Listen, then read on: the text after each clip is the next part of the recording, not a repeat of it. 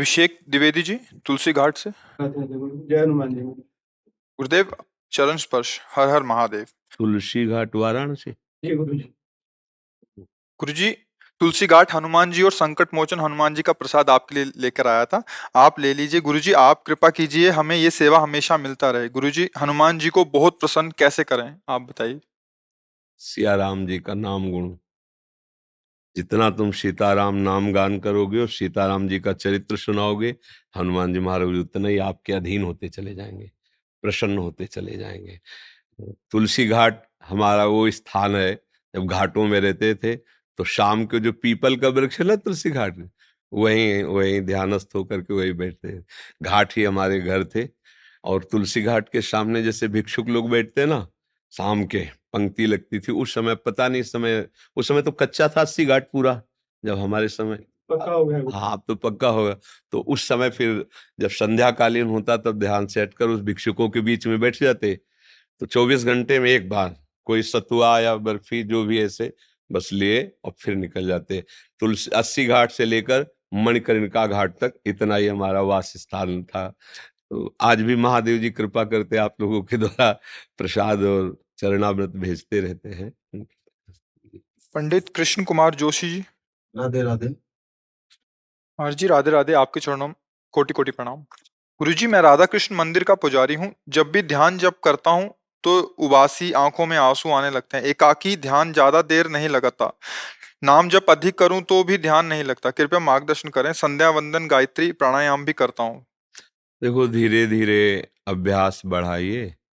जब हृदय पवित्र होगा तब इन दोषों का नाश हो जाता है।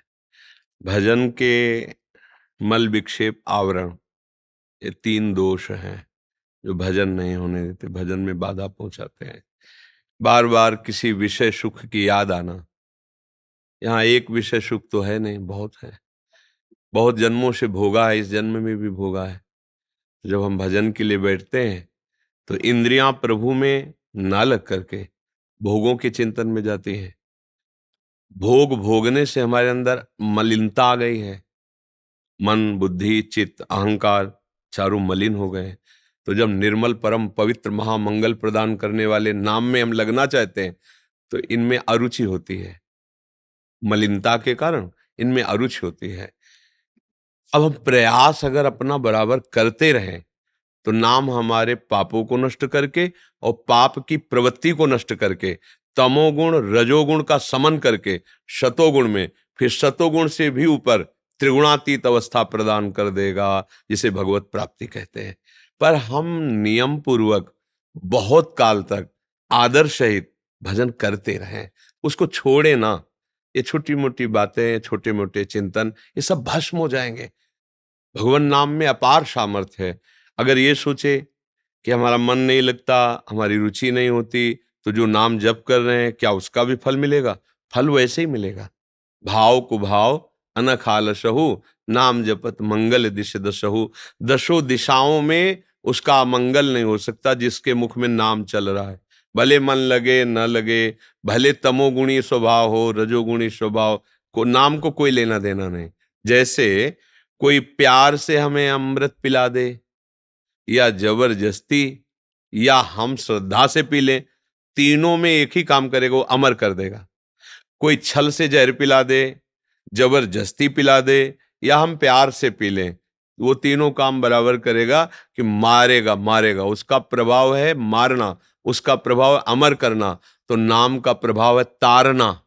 चाहे जबरदस्ती कोई नाम जपवावे, प्यार से जप लो या किसी की प्रेरणा से जप लो, भाव कुभाव अनखा, वो तुम्हें तार ही देगा, क्योंकि उसका प्रभाव है।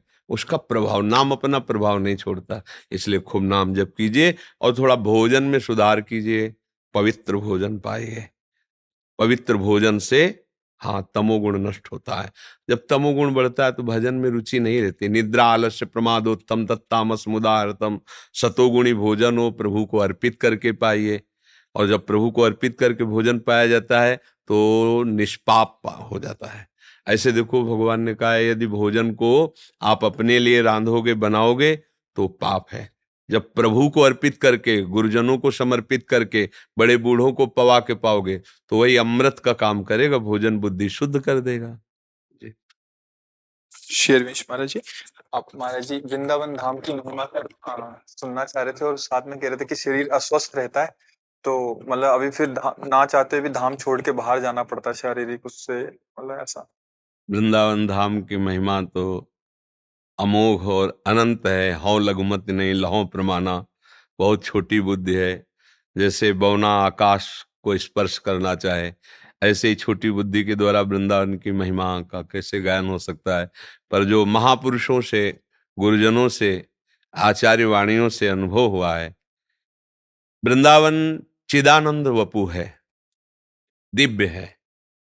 जो दिव्य है और चिदानंदमय है वो एक देशीय नहीं होता, वो सर्वत्र होता है। जैसे भगवान चिदानंद है, दिव्य है, ब्रह्म दिव्य है, चिदानंद है, तो वो एक देशी नहीं होता, वो सर्वदेशी होता है।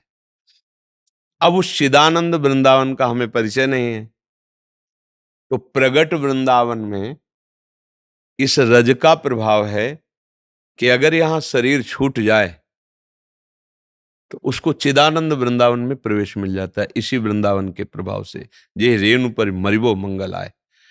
महापुरुषों ने कहा कि यदि हरि भी बाहर मिलते हो वृंदावन के बाहर, तो जिसे प्रियालाल की प्राप्ति इसी जन्म में करनी है, और अब समझ में आ रहा है कि जीवन का पता नहीं कब विश्राम हो जाए, तो वृंदावन फिर नहीं छोड़ना चाहिए।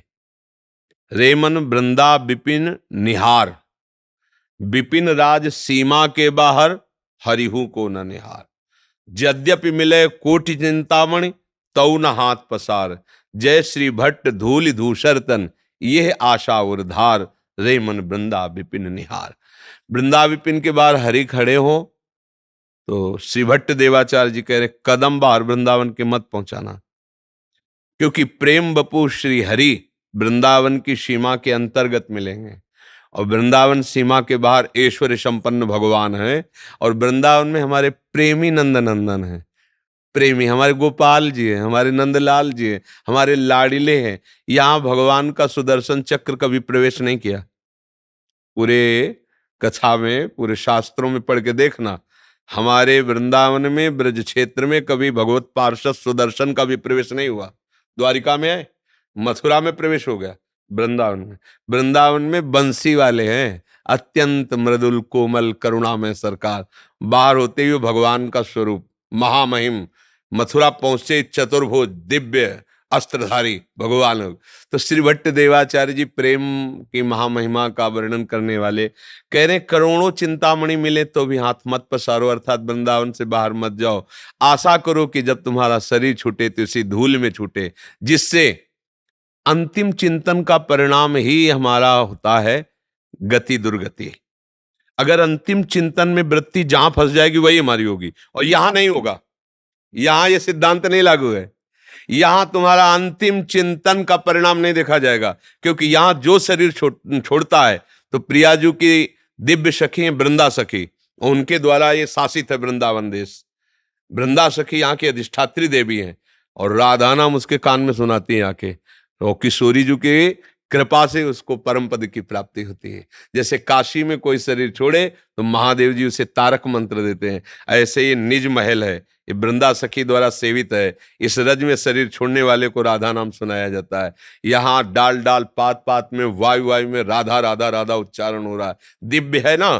तो अब हमारे पार्थिव कान पार्थिव नेत्र तो समझ नहीं पा रहे, इसलिए चाहे जितनी जैसी परिस्थिति हो, अगर हमको परम लाभ प्राप्त करना है तो अब अपने जीवन को वृंदावन को दे देना चाहिए। अब जो हुआ सो हुआ, जन कल्याण मंगल उपदेश शिष्य मंगल सब, अब तो बस जाना है हमको, प्रभु के पास जाना है। तो अब आना जाना मिटाना है तो आना जाना मिटा दीजिए। वृंदावन धाम आना जाना मिटा देगा, आना जाना मिटा दीजिए। विपिन राज सीमा के बाहर नियम ले लीजिए, खंड खंड हो जाए तन अंग अंग सत्टूक। वृंदावन ने छाड़ियो छाड़ी वो है बड़ी चूक। प्रियालाल गलबैया दिए यहाँ अंतिम समय आ गए तो बात बन जाएगी। उनके दरवाजे में पड़े ना, उनके घर में पड़े, और जब शरीर छूटने का समय आया, अत्यंत लाडले युगल सरकार अगर कृपा कर दे तो जो चाहोगे प्राप्त हो जाएगा। ब्रह्म में स्थिति मोक्ष, यहां तो मारा घूम रहा है। घर घर भटकत मुक्ति बावरी, कमलहि को बतरावे, जो पे वृंदावन धन भावे, जो पे वृंदावन रस भावे। यदि परम धन वृंदावन की प्राप्ति हो जाए तो जीवन धन्य हो जाए। कोशिश करे, श्री जी से प्रार्थना करे कि अब मन बाहर न जाए। और फिर दूसरा उपाय, अगर ऐसा नहीं हो पा रहा तो निराश होने की जरूरत नहीं। वृंदावन चिदानंद है, आप जहां जाओगे वहीं वृंदावन है। कहाँ? हमारे उर वृंदावन। और अगर हृदय में वृंदावन को विराजमान कर लिया, पर उसमें आपकी पकड़ होगी और इसमें वृंदावन की पकड़ होगी, ये अंतर हो गया। इधर आप बेपरवाह है, वृंदावन पकड़ेगा। वृंदावनी प्रभाव सुन अपनो ही गुण देत, जैसे बालक मलिन को मात गोद भर लेत। यहां वृंदावन का, वहां हमें पकड़ना है कि हमारा वृंदावन का चिंतन न छूटे। अगर ना छूटा तो आप वृंदावन को प्राप्त हो, चाहे जहां शरीर छूटे। देखो भाई जी महाराज, पूज्य राधा बाबा, गीता वाटिका गोरखपुर, वही सब लीलाएं संपूर्ण हुई, पर प्रियालाल के चिंतन में डूबे हुए और आए यहाँ वृंदावन में। ही है, भाई जी भी हैं, राधा बाबा भी हैं, यही है, यही की उपासना की, यही हमारी श्री जी की सेवा में है। जब भाव देश में देखो तो सेवा में विराजमान है, तो यही विराजमान है। जितने आचार्य, जितने सिद्ध महापुरुष है, सब लाडली जी की सेवा में है। वो कहीं गए थोड़ी, यही है। शरीर पार्थिव छूट गया, दिव्य चिदानंद सेवा वपुषे, वो सेवा में लगे हुए हैं। माँ जी, कुछ भक्तों ने आपके श्रीमुख से नाम चाहा हमारा। हम तो राधा वल्लभ श्री हरिवंश राधा राधा जपते हैं। आप लोगों को जो गुरु प्रदत्त नाम हो वो जपिए, और जो नाम प्रिय हो वो जपिए। नाम जप से ही परम मंगल होता है। जितना मन को नाम में एकाग्र कर दोगे, उतना ही तुम माया पर विजय प्राप्त कर लोगे।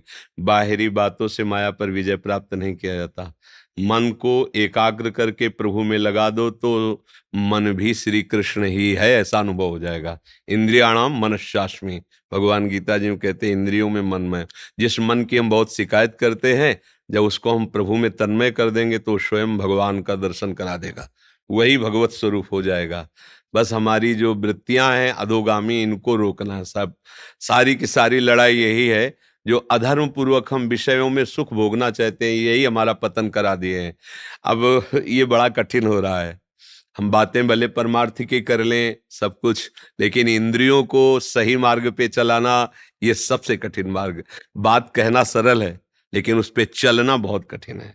और जो चल गया वही महात्मा, जो टूट गया, फिसल गया तो फिर फिसल गया, फिर तो पुनरपि जननम पुनरपि मरणम पुनरपि जननी जठरे शयनम। इसलिए खूब नाम जो गुरु जी ने दिया खूब जपो, यही परम धन है। एक न एक दिन शरीर छूटेगा, आज नहीं तो कल।